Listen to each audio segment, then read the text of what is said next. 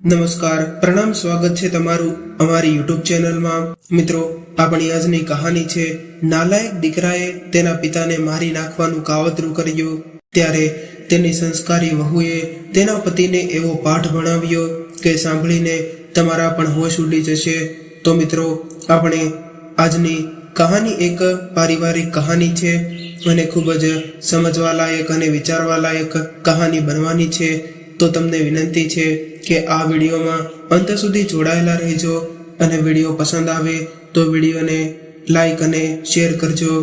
અને જો તમે આવી જ કહાની સાંભળવા માંગતા હોય તો આ ચેનલને સબસ્ક્રાઇબ જરૂરથી કરી લેજો તથા કોમેન્ટ બોક્સમાં સાચી શ્રદ્ધાથી હર હર મહાદેવ લખી દેજો, જેથી ભગવાન ભોલેનાથની કૃપા હંમેશા આપણા સૌ પર બની રહે। તો ચાલો મિત્રો, શરૂ કરીએ આજની કહાની। બેટા, આમ તો હું જીવનમાં 65 વર્ષ વિતાવી ચૂક્યો છું।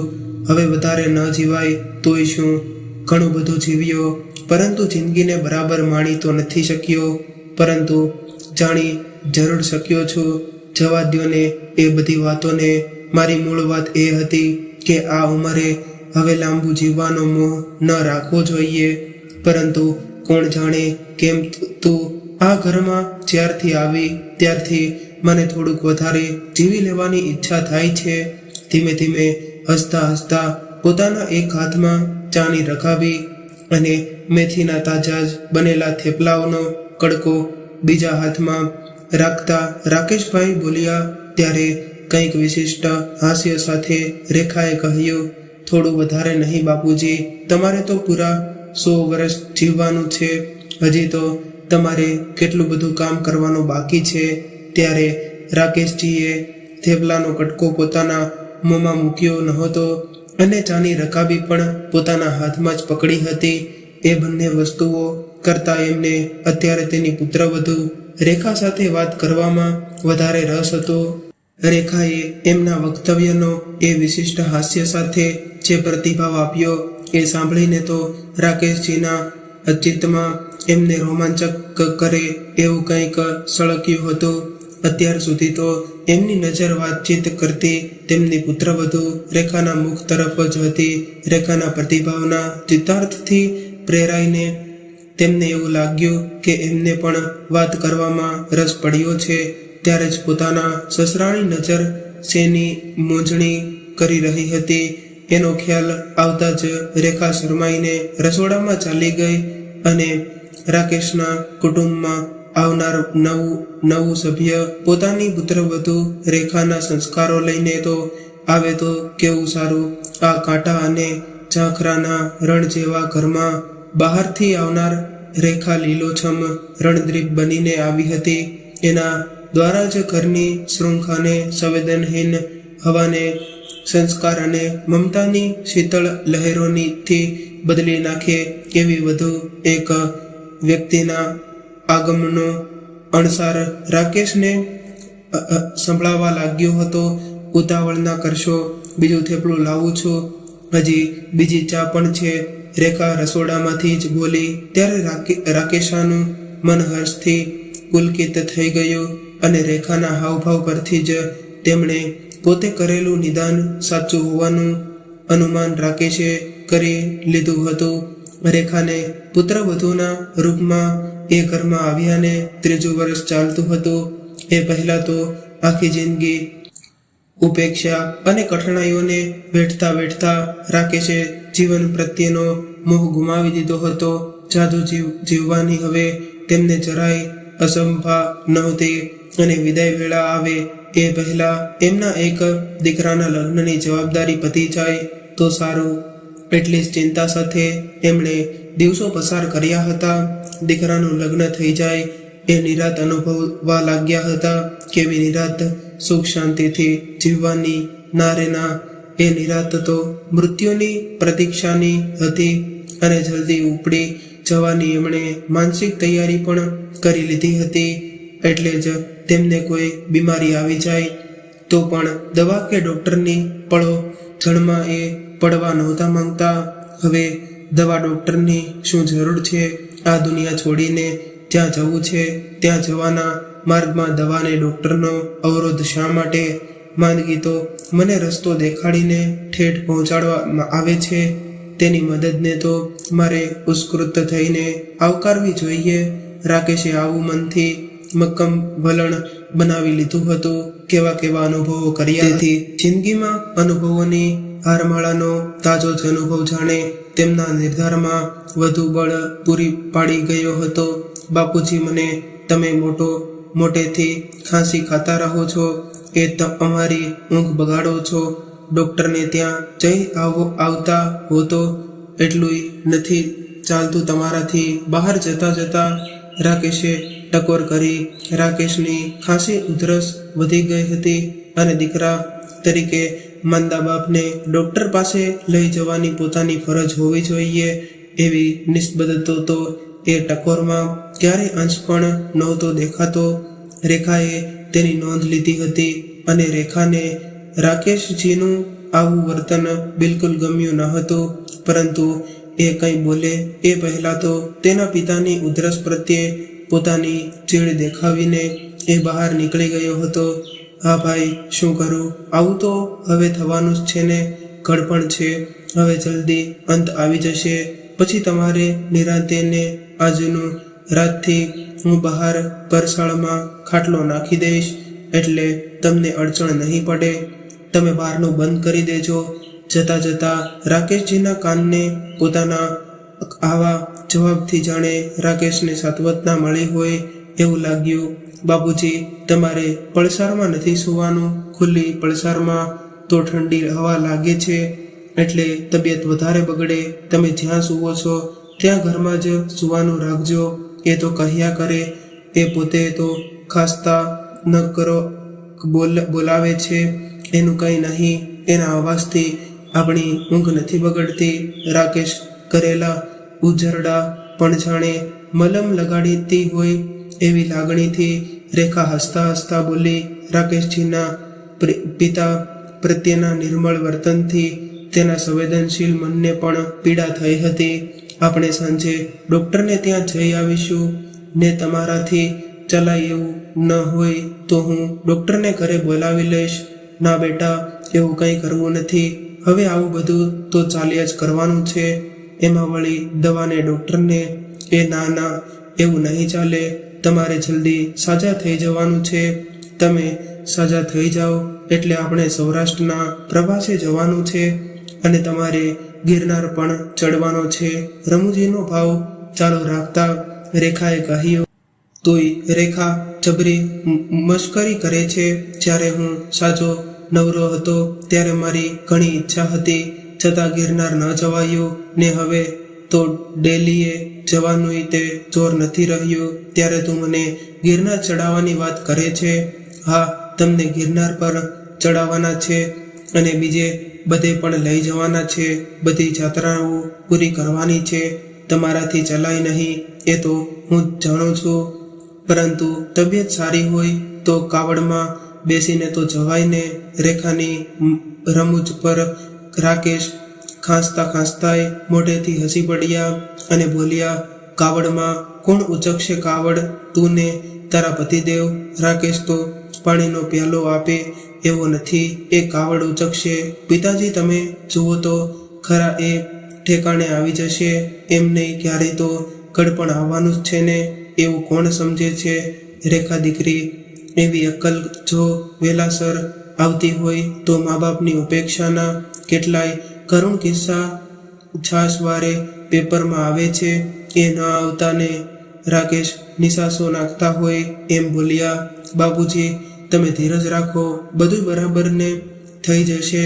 હું છું ત્યાં સુધી તમારે કંઈ ચિંતા કરવાની જરૂર નથી.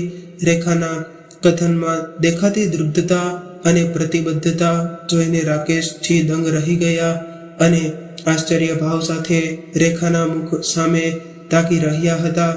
અને તેમની નજરમાં ફક્ત પ્રશંસા જ નહીં, એક પ્રકારની લાક્ષણિક ભાવ પણ હતો.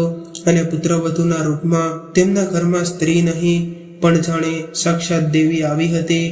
રાકેશ મનોમનને વંદન કરી રહ્યા હતા. રેખા લગ્ન કરીને આવ્યાના 6 મહિનામાં જ રાકેશજીને આવા સુખદ અનુભવો થવા લાગેલા કે તેમના જીવનના આટલા લાંબા પટ ઉપર તેમણે જે અનુભવેલું એ કરતા સાવ અલગ એવા અનુભવોથી ક્યારેય એમને એવું લાગતું કે પોતે સ્વપ્ન લોકમાં તો નથી ને આવી ચડ્યા ને, કારણ કે એ નાના હતા ત્યારથી આવા આત્મીયતા ભર્યા માધુર્યનો ભાવે જ અનુભવ કર્યો હતો. રેખાના વર્તનમાં કૌટુંબિક વ્યવહારનું માત્ર ઔપચારિક ફરજબાજ નથી, પણ એના અંતંગ સુદ્રગ્યનો સ્પર્શ જ વધારે છે.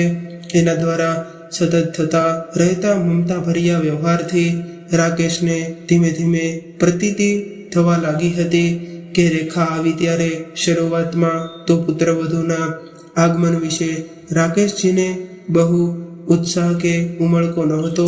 જે કંઈ હતું તે પુત્રવધૂને પરણાવવાનું પારિવારિક અને નૈતિક કર્તવ્ય બજાવ્યાનું માનસિક સમાધાન હતું. ઘરના સાવ નજીકમાં ને લોહીની સગાઈ ધરાવવું તો એમની માન મર્યાદા નહોતા રાખતા. તો આ તો બહારથી આવેલી વ્યક્તિ અને તે પાછી દીકરાની વહુ, 2 ટકની થાળી મળે તોય ઘણું.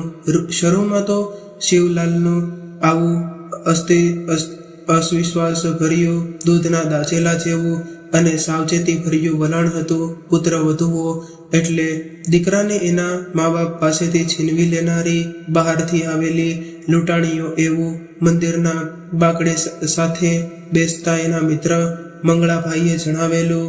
રાકેશજીના પિતાશ્રી દુર્વાસાના અવતાર હતા અને કુંભાર ટીપીને માટલું ઘડતો હોય એમે ધોલ ઠપકાડીને રાકેશની ખબર લેતા હતા.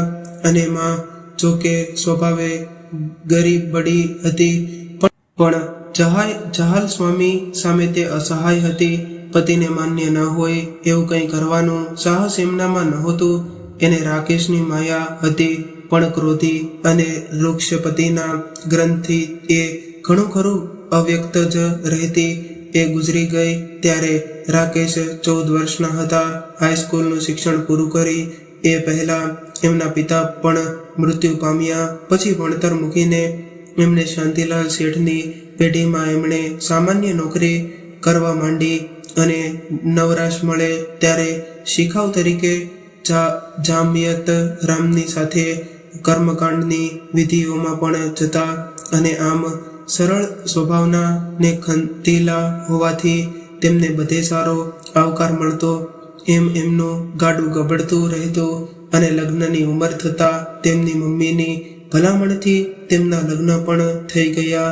આમ તો એમની પત્ની પણ સામાન્ય પરિવારમાંથી જ આવી હતી, છતાં તેમની ગુરુતાર ગ્રંથિ મોટા લોકોની કન્યાને પણ ટપી જાય એવી હતી. અને અહંકારીને નખટ માયાવતીને સિદ્ધાધારા અને રાકેશ નમાલા જેવા લાગતા. અને એની અપેક્ષાઓ સામે રાકેશનો પન્નો તૂટી પડતો. એટલે તક મળે કે તરત જ તેને ઘણું ખરું સંભળાવી દે. સામાન્ય બાબતમાં પણ તક ઊભી કરીને તે રાકેશને પરેશાન કરવાનું ચૂકતી નહીં. મિત્રો, રાકેશનો સંસાર આવો હતો. પત્ની તરફથી થતી પજવણી સરસ અને ઢીલા સ્વભાવના રાકેશ કડક કઠણ થઈને સહન કરી લેતા. પરંતુ લગ્ન કરવાની કુબુદ્ધિ તેમને શું કામ થશે એવો પ્રશ્ન તો એમને કાયમ માટે સતાવતો રહ્યો. માયાવતીને તો વાંજિયા મહેણનું ટાળવું પૂરતી જ રાકેશની ગરજ હોય એમ ઘરમાં રાકેશનું ઘોડિયું બંધાતાની સાથે જ માયાવતીની માયા જાણે પરાકાષ્ઠાએ પહોંચી ગઈ હતી. હવે તો રાકેશ તેને સાવ તુચ્છ લાગવા માંડ્યા હતા. મિત્રો, રાકેશજીનું નસીબ તો જુઓ. તેમનો દીકરો રમેશ પણ તેમની મા પર ગયો હતો ત્યારે તો કશાય મોજ શોખ વગરનો અને ગધા મજૂરી વાળું જીવન જીવીને રાકેશજીએ ઉછેરવાની જવાબદારી નિભાવી. પરંતુ બાપ દીકરા વચ્ચેનો સંબંધ એકમાર્ગી વાહન વ્યવહાર જેવો જ રહ્યો. એની તમામ જરૂરિયાતો માટે રમેશ તેની માને જ કહેતો અને તેની ના હુકુમથી રાકેશ રમેશની બધી સગવડ સાચવતા અને અપડેટ રહેવાના શોખીન રમેશને ધોતિયું જભ્ભો ટોપી પહેરવાને ઓછું ભણેલા સીધા સાદા બાપનું વ્યક્તિત્વ જરાય ગમ્યું નહીં. માં એને વ્યવસ્થિત અને હોશિયાર લાગતી અને બાપ ગમાર જેવો. જોકે ભણવામાં કંઈક ઠીક હોવાથી રમેશ સારી રીતે બીકોમ થઈ ગયો હતો અને નસીબ જો કે એને સારી નોકરી પણ મળી ગઈ હતી. પરંતુ સારી નોકરી મળતા જ એના અહમનો પણ ઝડપથી વિકાસ થવા લાગ્યો હતો. માની જેમ પોતાના બાપને ઉતારી પાડવામાં એને કોઈ મર્યાદા ન નડી હતી. રમેશને નોકરી મળીને થોડા સમયમાં જ તેની માતા માયાવતી ઝેરી મેલેરિયાનો ભોગ બની અને ગુજરી ગઈ. રમેશની નોકરી સારી હોવાથી તેનું લગ્ન જલ્દી ગોઠવાઈ ગયું અને ત્યાં સુધી તો રમેશે જ રસોઈથી માંડી ઘરકામની અન્ય જવાબદારી પણ સંભાળી હતી. પરંતુ તેના દીકરાએ કદી પોતાના બાપને મદદ કરવાની ગરજ દેખાડી નહીં અને આમ કડવા ઘૂંટડા પીતા પીતા જ રાકેશ 65 વર્ષ વટાવી ચૂક્યા હતા. 65 વર્ષની ઉંમર કંઈક બધું મોટી તો ન કહેવાય, પરંતુ બધા જ પ્રકારની પ્રતિકૂળતાઓએ એમને 65 વર્ષની વયે પણ 75ના હોય તેવા દેખાડતા કરી દીધા હતા. લગ્નની બાબતમાં એમણે જે પણ રસ લીધો તે પણ જાણે એક ઔપચારિકતા પતાવતા હોય એમ જ કોઈ પણ પ્રકારના અંતરરસ વગર જીવનના સંઘર્ષમય અને ઉપેક્ષાભર્યા અનુભવોએ તેમના મનમાં એટલી હદે કડવાશ ભરી દીધી હતી કે ઘરમાં પુત્રવધુ આવતા અત્યાર સુધી થયેલા અનુભવો કરતા કોઈ જુદો અનુભવ થશે એવી આશા તેમના મનમાં જન્મી જ ન હતી. અને પુત્રવધુ તો એમના પતિને જ અનુસરશે અને એકના બદલે ઘરમાં ફરી 2 વ્યક્તિઓની મુનસફી વેઠવી પડશે.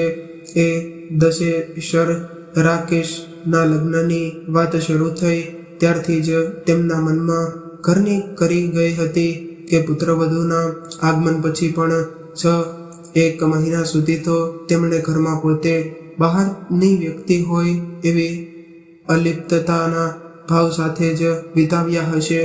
વિશેષ કશી નસીબ રાખ્યા વગર સમય કાઢવા માંડેલો ત્યારે રેખાના શુદ્ધ વર્તન વિશેષ પણ એમનું એક ચોક્કસ અનુમાન હતું. વહુ ઘરમાં નવી હોય ત્યાં સુધી સાચવીને વર્તે, પણ સમય જતા એ રીઢી થાય એટલે પોતાનું અસલ સ્વરૂપ પ્રકાશે. રેખાની સલુકાઈને પણ રાકેશે રીતે મૂંઝાયેલતા હતા, પણ સમય રહેતો રહ્યો ને તેના દીકરાના લગ્નને 1 વર્ષ થયું તો પણ રેખા એવી જ માયા મમતા દેખાવતી રહી અને ઉલટું રાકેશ અનુભવવા લાગ્યા કે રેખાની એમના પ્રત્યેની લાગણીમાં ઓટ આવવાના બદલે એમાં ઉત્તરોત્તર વધારો થતો જતો હતો કે જાણે એમણે અત્યાર સુધી વેઠેલો લાગણી અને હૂંફની ખાદ પૂરવા જ એ આવી હોય. પણ બાપ પ્રત્યે રેખા આટલો બધો ભાવ દેખાડે એ રાકેશને નહોતું ગમતું. ક્યારેક ખાનગીમાં એ મુદ્દે બંને વચ્ચે ચકમાણ પણ જરતી. હવે એ તો પીળું પાન છે, ગમે ત્યારે ખરી જશે, તું એમની ચિંતા ન કર. નવી કૂટવાળી નહીં છે એનો વિચાર કર. આકાશમાં વિસરતા જતા રેખાના પેટ તરફ નજર નાખીને માર્મિક હાસ્ય સાથે રાકેશજીએ કહેલું કે ડોક્ટરે તને પ્રિસ્ક્રિપ્શન આપ્યું હોય એ મને આપ. હું આવતી વખતે તારી દવાઓ લઈને આવીશ અને સમયાંતરે ગાયનેકોલોજિસ્ટની મુલાકાત લેતી રહેજે. જરૂર હોય તો હું પણ સાથે આવીશ. લ્યો આ પ્રિસ્ક્રિપ્શન. એ પણ દવા બાકી ન રહેવી જોઈએ. રેખાએ ભાર દઈને કહ્યું, આ તો તારી દવાઓનું પ્રિસ્ક્રિપ્શન નથી લાગતું. કાગળ પર નજર નાખતા પોતાનું મોઢું બગાડીને રાકેશ બોલ્યો કે ના, મારે હાલ કોઈ દવાની જરૂર નથી, પણ બાપુજીની તબિયત પાણી બગડી ગઈ છે. હું તેમને ડૉક્ટરને બતાવી આવું છું. તેમણે દવાઓ લખી આપી છે, ભૂલ્યા વગર લઈ આવજો. તમારે તો તેમના તરફ કંઈ ધ્યાન આપવું જ નથી. આવો તો તે કંઈ દીકરો હોય, યાદ રાખજો. ફૂટતી કૂપળમાંથી થયેલું લીલું પાંદડું પણ તમારા પગલે ચાલીને ભવિષ્યમાં પીડા પડનાર આ પાનનો એવો જ ઉપહાસ રહેશે અને ઘરના વાતાવરણમાંથી મળેલા સંસ્કાર એનો ભાગ ભજવ્યા વગર રહેશે નહીં. ચેતવણી આપતી હોય એમ ગંભીર ચહેરે રેખાએ રાકેશ તરફ આંગળી ચીંધીને એને જ પીળા થનાર પાનની ઉપમા આપતા કહ્યું, એ બહુ દૂરના ભવિષ્યની વાત છે. બાળકને કેળવણીનું આપવું હાથમાં હોય છે અને હું મારા આવનાર બાળકને પ્રતિભાશાળી વ્યક્તિત્વવાળો બનાવીશ અને તારા સસરા જેવો લણધરવર માણસ નહીં. તું જોજે ને તું આ ઘરમાં દયાની દેવી બનીને આવી છે તો કર્યો કર. વૃદ્ધ દર્દીની સેવા પ્રિસ્ક્રિપ્શન રેખા તરફ ફેંકીને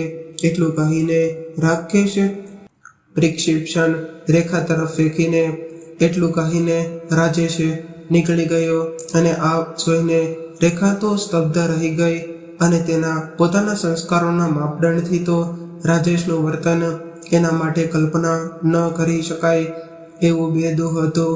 અને આ જોઈને રેખાની આંખમાંથી આંસુ સરી પડ્યા અને સગા અસહાય બાપ પ્રત્યે આટલી નિરુષ્ટતા જોઈને જાણે રેખાને પ્રચંડ આઘાત લાગ્યો હોય એમ તે ઘડીભર સુનમુન થઈ ગઈ અને પોતાના પિયરમાં આવી કઠોરતાની હાજરી એણે કદી જોઈ નહોતી.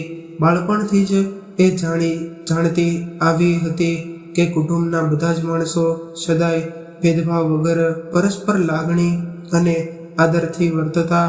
એ નાની હતી ત્યારે કુટુંબમાં દાદા દાદી પણ હતા. એ વૃદ્ધ અને અશક્ત હતા પણ પરિવારમાં એમનું મહત્વ જરાય ઓછું આંકવામાં આવતું ન હતું.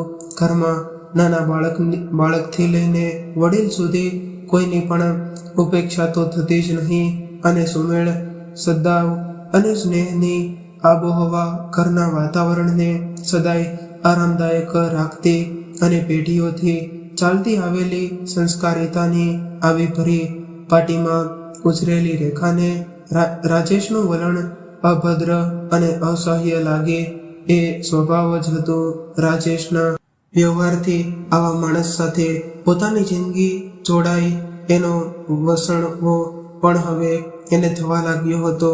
મનમાં કંઈક ભય પણ ઊભો થયો કે ભવિષ્યમાં કોઈ કારણે હું અસમક્ષ બની જાઉં તો આ માણસ મારી સાથે કેવો વ્યવહાર કરશે. રેખા શ્યામ અને પગે સહેજ ખોડવાળી હતી, તેથી જ મારે MA સુધીનું શિક્ષણ હોવા છતાં આવા ઘરમાં આવવું પડ્યું. રાજેશનું ઘર તો સરખામણીમાં સાવ સામાન્ય જ હતું. ઘર સરખા મોફાનું નહોતું. એનું એના પિયરમાં બધાને દુઃખ તો હતું જ, પણ છોકરીની સારી નોકરીમાં જ એમને સંતોષ હતો. MAના રિઝલ્ટની વાટ જોયા વગર દીકરીને પરણાવી દીધી. એમનો વાક દીકરી કુંવારી ન રહી જાય એની ચિંતામાં આવેલી તકબા બાપુજી ગુમાવવા નહોતા માંગતા ને એમની ચિંતા દૂર કરવા હું પણ ઉત્સુક હતી. એમને મારા તરફની ઉપાધિમાંથી મુક્ત કરીને એ નિરાત અનુભવતા થાય એવી ભાવનાથી પ્રેરાઈને જ મેં પણ હા કહી દીધી હતી. નહીં તો મારે તો લેક્ચરર થવું હતું. BAમાં તો સારી ટકાવારી સાથે ફર્સ્ટ ક્લાસ થઈ ગઈ હતી ને MAમાં પણ એવું જ સારું પરિણામ આવવાની ખાતરી હતી. પણ શું થાય, કિસ્મત માણસને ક્યારની સાથ લઈ જાય છે. રેખાને તે દિવસે પહેલી જ વાર હતાશા ઘેરી ગઈ અને રેખાની સારી સેવા અને ડાયટ્રી ઉપચારની રાકેશ થોડા દિવસમાં સાજા થઈ ગયા અને દવા અને ડૉક્ટરની સારવાર કરતા રેખાની લાગણીનો ઉપચાર અને વધારે કારગર નીવડ્યો એ વિશે રાકેશને જરાય શંકા નહોતી. રેખા નાની નાની બાબતોમાં પણ એમની કાળજીપૂર્વક સંભાળ લેતી. સસરા નહીં પણ પોતાના પિતા જ હોય એમ રાકેશ પ્રત્યે આત્મીયતા દેખાવતી રહેતી. એમ એની મનોવૈજ્ઞાનિક અસર જ રાકેશ માટે રામબાણ ઈલાજ બની ગઈ હતી. નહીં તો જીવવાની ઈચ્છા ગુમાવી બેઠેલા અને નિષ્કૃષ્ટ પુત્રના આશ્ચર્ય પડેલા. રાકેશ રેખા ના હોત તો માંદગીને જ સ્વજન ગણીને એની સાથે જ ચાલી નીકળ્યા હોત. બાપુજી, હવે આપણે પ્રવાસની તૈયારી કરીએ. મને પણ થોડું ફરી આવવાનું મન થયું છે. હમણાં જવાનું એવું છે, પછી નહીં નીકળાય. રાકેશ સાજા થયા પછી એક દિવસ એમની સાથે હિંચકા પર સાથે બેસતા રેખાએ શરમાતા સૂચન કર્યું. ત્યારે રાકેશ હસ્યા એટલે રેખા તરત જ બોલી, હમણાં તમારી તબિયત સારી છે ને? હવામાન પણ અનુકૂળ છે, માટે કહું છું. તમે શું સમજ્યો એવું કહીને રાકેશ ફરી હસ્યા ને તરત જ મુખ પર ગંભીરતા લાવીને બોલ્યા, તમે બે જઈ આવો ને, વચમાં મારા જેવા ગરડા માણસની શું જરૂર છે? હું અહીં આરામ કરીશ. પડોશી સારા છે, એ મારું ધ્યાન રાખશે. તમારે મારી કઈ ચિંતા કરવાની જરૂર નથી. પિતાજી, એવું ના બોલો. તમને લઈને જવાનું છે, નહીં તો મારે નથી જવાનું. લાડમાં છણકો કરતા રેખા બોલી, સારું ભલે, ચાલો જઈએ. બાકી મારે વળી આ ઉંમરે ને તું સમજતી નથી બેટા. રાજેશને તમારી સાથે મારી હાજરી નહીં ગમે. કંઈક અસ્વસ્થતાના ભાવ સાથે રાકેશે પોતાનો નિખાલસ પ્રતિભાવ આપ્યો. ના કેમ ગમે? બાપને સાથે લઈ જવામાં ના ન આવે બેટા. આજ સુધી તો એવું જબદિયું આવ્યું છે ને કે મને બાપ તરીકે ઓળખવામાં પણ એને શરમ આવે છે. ક્યારેક એણે મારી પાસે ઊભા રહીને બેસીને સરખી રીતે કોઈ વાત કરી છે? ગામડિયા જેવા દેખાતા બાપને પ્રવાસમાં સાથે લેવાની વાત જ એને વીજળીનો કરંટ લાગ્યા જેવી લાગશે. જોકે એ શું કહેશે છે કે ના પાડશે તો બીજો કોઈ રસ્તો કાઢીશું, પણ તમને મારે પ્રવાસ તો કરાવવાનો જ છે. રેખાના સ્વરમાં દૃઢતા જોઈને રાકેશને આમ તો ઘણા આનંદ થયો, પણ સાથે એટલી જ બેચેની પણ થઈ. પોતાના કારણે પતિ પત્ની વચ્ચે તિરાડ પડે એવું એ નહોતા ઈચ્છતા. રેખા પ્રત્યે એમના મનમાં બાપને દીકરી વચ્ચે હોય એવી મમતા જન્મી ચૂકી હતી. તેથી જ બાપ જેમ દીકરીના સુખનો વિચાર કરે એમ રાકેશ પણ હવે તેમના રેખાના સુખને પણ મહત્વ આપતા હતા. રેખા રાજેશની મરજી વિરુદ્ધ જઈને એમના તરફ વધારે ધ્યાન આપતી અને એનાથી પણ એ ચિંતિત રહેતા. રાજેશ એવો મિથ્યાભિમાની દીકરો એવા જ કોઈ મુદ્દે રેખા સાથે ઝઘડી પડે એવો ઉચાટ એમને રહેતો અને એ અવારનવાર રેખાને કહેતા પણ ખરા કે તું રાજેશનું ધ્યાન રાખ. તમારી સાથે જિંદગી જીવવાની છે. તમારા બંને વચ્ચે સુમેળ હોય તો ધર્માય સારું વાતાવરણ રહે અને તમે બંને જીવનમાં સુખ શાંતિથી આગળ વધી શકો. મારી ચિંતા છોડ. હું તો પાકું પાન ના બાપુજી. મારા પિયરમાં તમે કહો છો એવી રીતે વિચારવાનું કોઈએ મને શીખવ્યું નથી. રાકેશને વચમાં અટકાવવા રેખા બોલી, એમનું બધું સાંભળવું જ છે ને, એ જ રીતે તમારી તરફ પણ ધ્યાન આપવાની મારી ફરજ છે. તમે આવો નકામો બળાપો કરવાનું છોડી દો તો તમારી તબિયત પણ સારી રહે. કંઈક મીઠા ઠપકા રૂપમાં જ રેખાની આવી પ્રતિક્રિયા આપતી. રાત્રે ભોજન વગેરે પતી ગયા પછી નિરાંત મળતા રેખાએ રાજેશ આગળ પ્રવાસની વાત કાઢી, પણ ઘરડા ઘરમાંથી એકાદ બેને દત્તક બાપ તરીકે લઈ આવજે, તને એ વગર ચેન નહીં પડે. રાજેશના રોષની માત્રા વધતી જતી હતી. ભણેલી ગણેલી તારા જેવી યુવતી આવું જૂનવાણી માણસ ધરાવતી હોય એ હું કલ્પી ન શક્યો. તું એમને લઈને જઈ આવ પ્રવાસે, મારે નથી આવવું. ગુસ્સામાં રાજેશ ઊભો થઈ ગયો ને ચંપલ પહેરી પાનના ગલ્લા તરફ ચાલી નીકળ્યો. પણ એમને લઈ જવા પડશે. એમને ગિરનારના દર્શન કરાવવાના છે. મેં બાધા રાખેલી છે. બાપુજીની પ્રસન્નતાથી આપણને એના સારા આશીર્વાદ પણ મળશે. વડીલોના આશીર્વાદ તું આખી જિંદગી એ જ કામ કર્યા કરજે. ડોસાને રસ્તામાં કંઈ થઈ જાય એટલે આપણી તો બધી મજા જ બગડી જાય ને. મને આપણા જેવા યુવાન નવપરિણીત દંપતી વચ્ચે આવા વૃદ્ધ માણસની અડચણ શું કરવા જોઈએ? તને ખરા તુક્કા સૂજે. અને રાજેશ ચીડાઈને બોલ્યો. રાજેશના ચહેરાનો ભાવ ક્ષણભરમાં જ બદલાઈ ગયો અને બોલ્યો કે એમની હવે પ્રવાસ કરવાની ઉંમર છે, તબિયતના કોઈ ઠેકાણા નથી અને પ્રવાસ કરવો છે. રાજેશ રમૂજમાં બોલ્યો. હું તેની વાત નથી કરતી. સહેજ છેડાઈને રેખા વચમાં જ બોલી. 3 એટલે હું તમને બાપુજી જઈને મારી પણ ઈચ્છા છે કે આપણે બંને થોડું ફરી આવીએ હમણાં થોડા વખત, તેથી જ બહાર નીકળવામાં વાંધો નહીં આવે. હવામાન પણ અનુકૂળ છે. રેખાના સૂચન પર ઉત્સાહ દાખવવામાં રાજેશે હકારાત્મક વલણ બતાવ્યો. 2 નહીં, આપણે 3 રેખાના ઉદર તરફ નજર નાખીને રાજેશે કહ્યું. ત્યારે રેખા અવાક બનીને જોતી જ રહી ગઈ. જન્મદાતા પ્રત્યે સંતાનનો આવો નિપુર્ણ વ્યવહાર હોય એ રેખા માટે કલ્પનાતીય હતું. જેવું વર્તન રાજેશ એના પિતા સાથે કરે છે એવું જે અન્ય કોઈ સાથે પણ કરી શકે છે. મારી સાથે પણ આવા અસંસ્કારી માણસ સાથે જિંદગી કાઢવાની, એવા વિચાર માત્રથી રેખા ધ્રુજી ઉઠી. 2 દિવસમાં જ બધી તૈયારી કરીને રેખા સસરા રાકેશને લઈને પ્રવાસે ઉપડી ગઈ અને રાકેશ આનાકાની કરતા રહ્યા. પણ રેખાની લાગણી આગળ એમને છેવટે નમવું પડ્યું. રાજેશની નારાજગીને કારણે કુટુંબને, ખાસ તો રાજેશ અને રેખાના જીવનમાં બંનેના વ્યક્તિત્વ અને અહમની અથડામણમાંથી કોઈ ઉત્પાત ઊભો થવાનો એમને ડર હતો.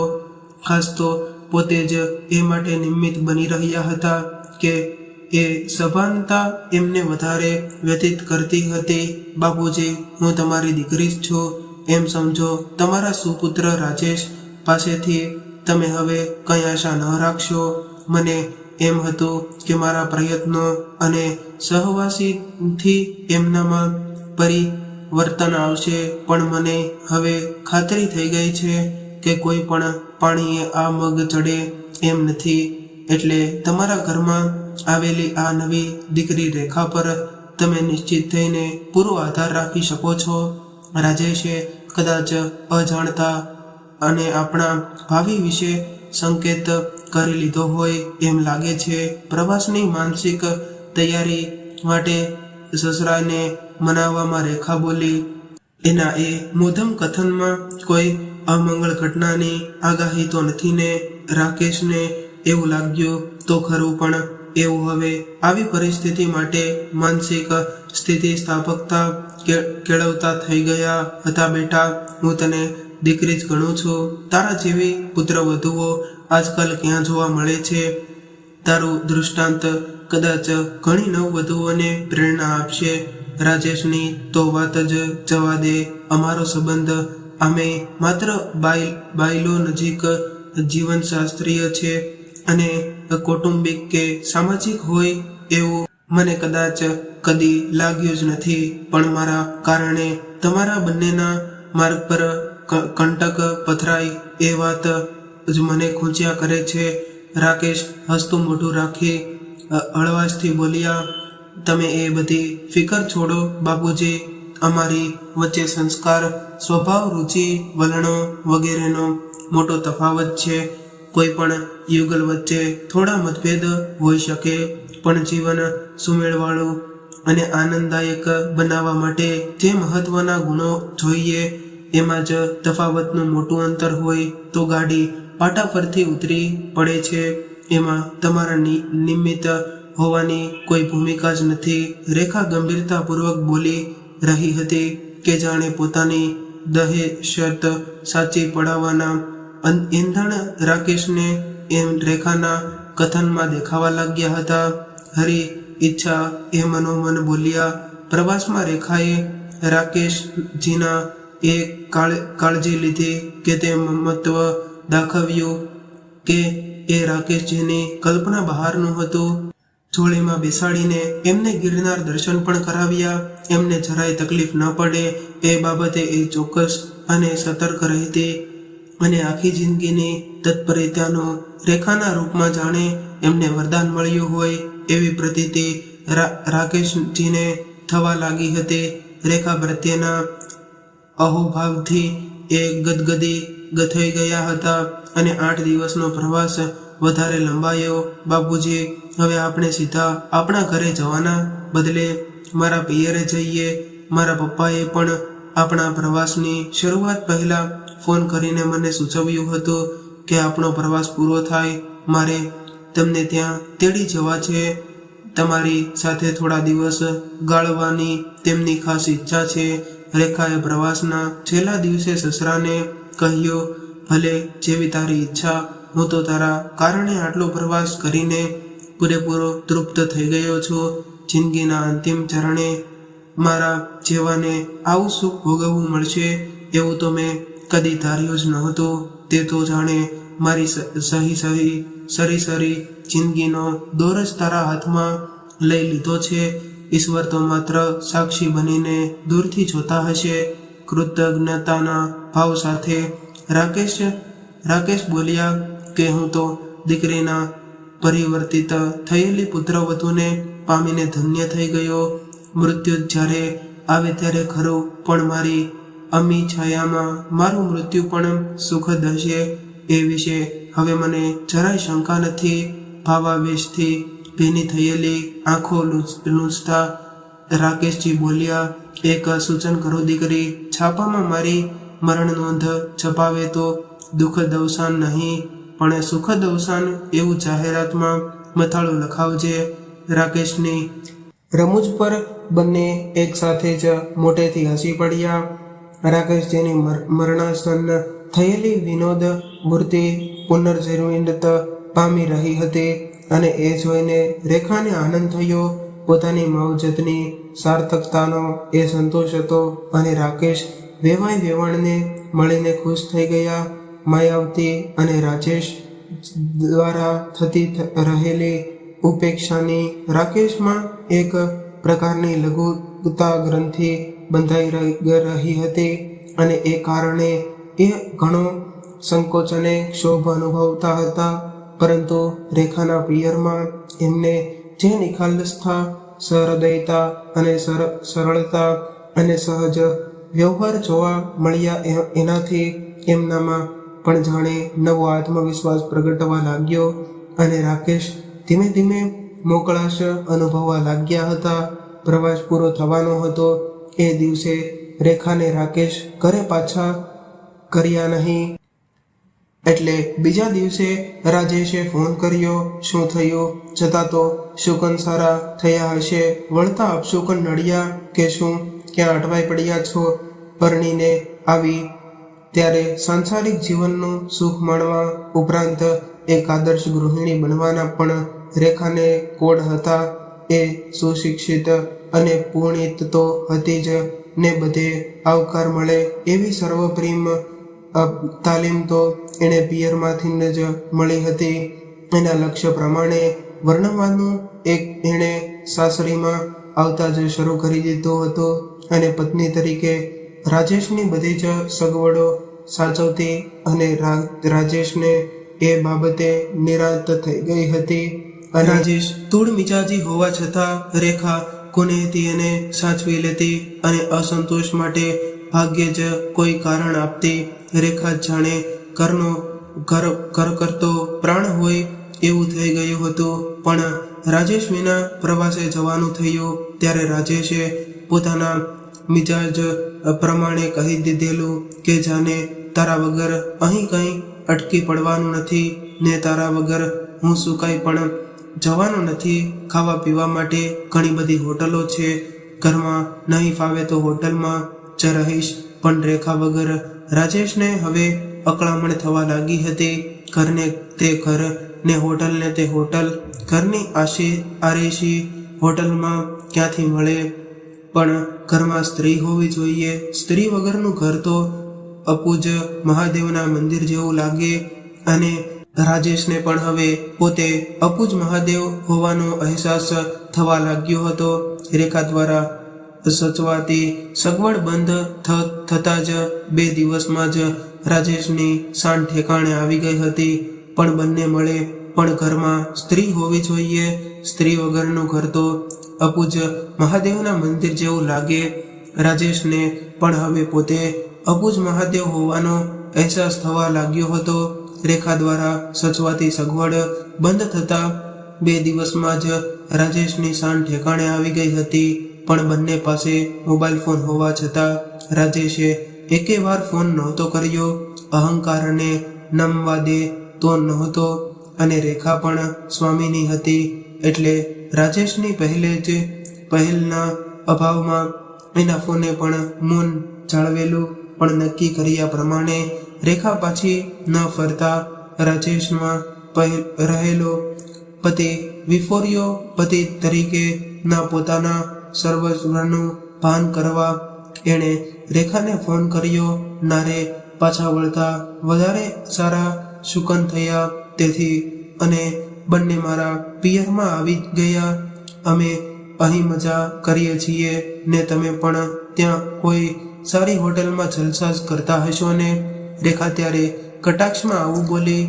મારી ગેરહાજરી ચાલતી નહીં જ હોય. જો રેખા હું તને કહી દઉં છું કે મારી સાથે સીધી વાત કર.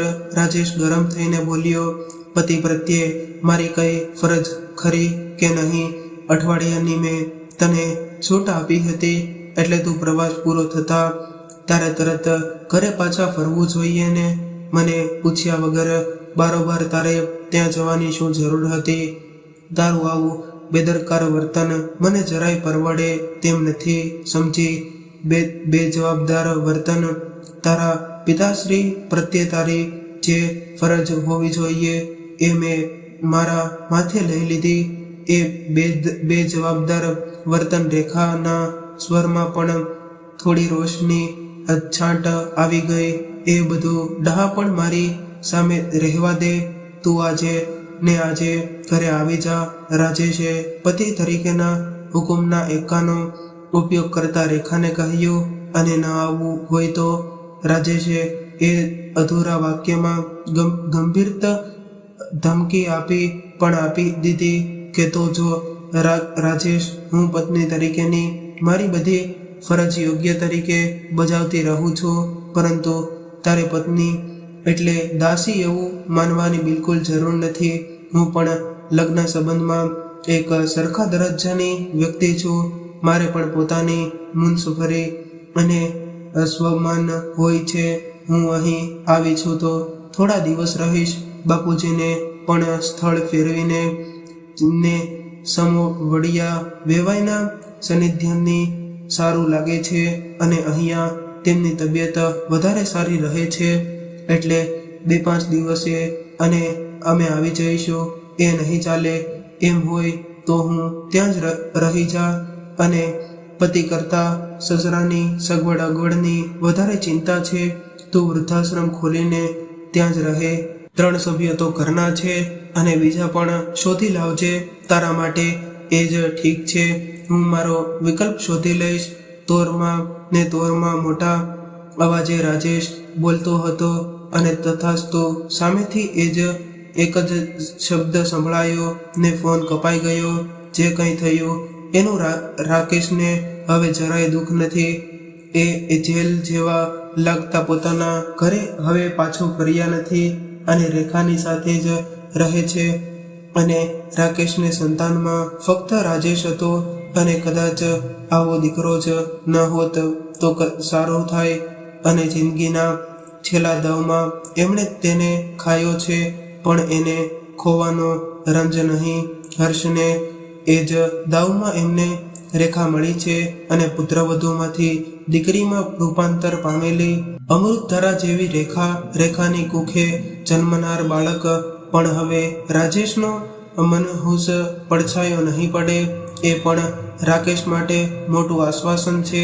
આવનાર બાળકને ઘોડો બનાવીને રમાડવાના દિવસની જ હવે તેમને પ્રતીક્ષા છે અને રેખાનું તથાસ્તુ જાણે તેમના માટે સર્વોત્તમ વરદાન બની ગયું હોય. તો મિત્રો આ વિશે તમારું શું કહેવું છે તે કોમેન્ટ કરીને જરૂર જણાવજો. કહાની પસંદ આવી હોય તો વિડીયોને લાઈક કરીને તમારા મિત્રો સાથે શેર કરજો અને આવી જ કહાની સાંભળવા માંગતા હોય તો આ ચેનલને જરૂરથી સબસ્ક્રાઇબ કરી લેજો। તો ચાલો મિત્રો, હવે ફરી મળીશું એક નવી કહાની સાથે। ત્યાં સુધી તમામ મિત્રોને જય શ્રી કૃષ્ણ, રાધે રાધે, હર હર મહાદેવ। આ કહાનીને પૂરેપૂરી સાંભળવા માટે તમારો ખૂબ ખૂબ આભાર।